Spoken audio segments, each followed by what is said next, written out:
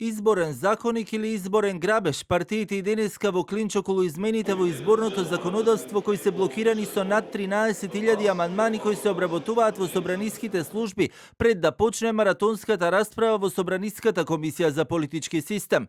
Премиерот Христијан Мицковски денеска го впери прстот кон опозицијските партии, дека иако биле блиску до договор, во последен момент вели се откажале и се плашат од, како што рече, гласањето на диаспората, на кој им го оспоруваат правото на глас по електронски пат. Јас би сакал да кажам дека политичката партија СДСМ во коалиција со политичката партија Левица поднесоа 13.000 амандмани со цел да го спречат гласањето на нашинците во диаспората. Во последен момент политичката партија Левица одби да се потпише на поднесокот до парламентарците, односно одби да го потпише поднесувањето на изборниот законик кој што тие го предлага, кој што тие го усогласува, ние им прифаќавме се што сака, се што мислевме дека е во согласност со нормалното однесување, ние прифативме, вклучително и парите за финансирање на кампања, нешто што им беше најбитно, тоа им беше главен приоритет.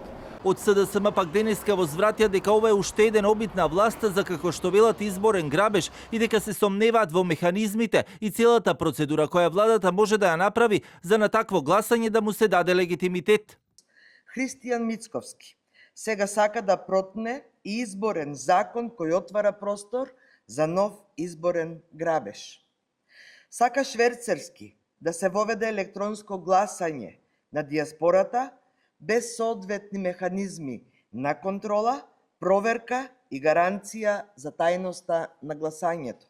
Од Левица пак и денеска со обвинување на адреса на ВМРО ДПМН дека, како што наведуваат, власта го турка изборниот законик без консензус. Во реакцијата се наведува: наместо правила еднакви за сите и подобрување на изборниот модел и процес, ДПМН турка изборен законик скроен според интересите на големите политички партии. Со над 3500 амандмани Левица се спротивставува на овој обид изборниот процес дополнително да се извитопери во корис на власта. Единствено штета трпи Левица како единствена партија дискриминирана во финансирањето и платеното политичко рекламирање. Онаму каде што се запна електронското гласање, самото електронско гласање се појави на преговарачката маса. Тоа не е препорака ниту на ИФЕС, ниту од ОПСЕ и од ИХР.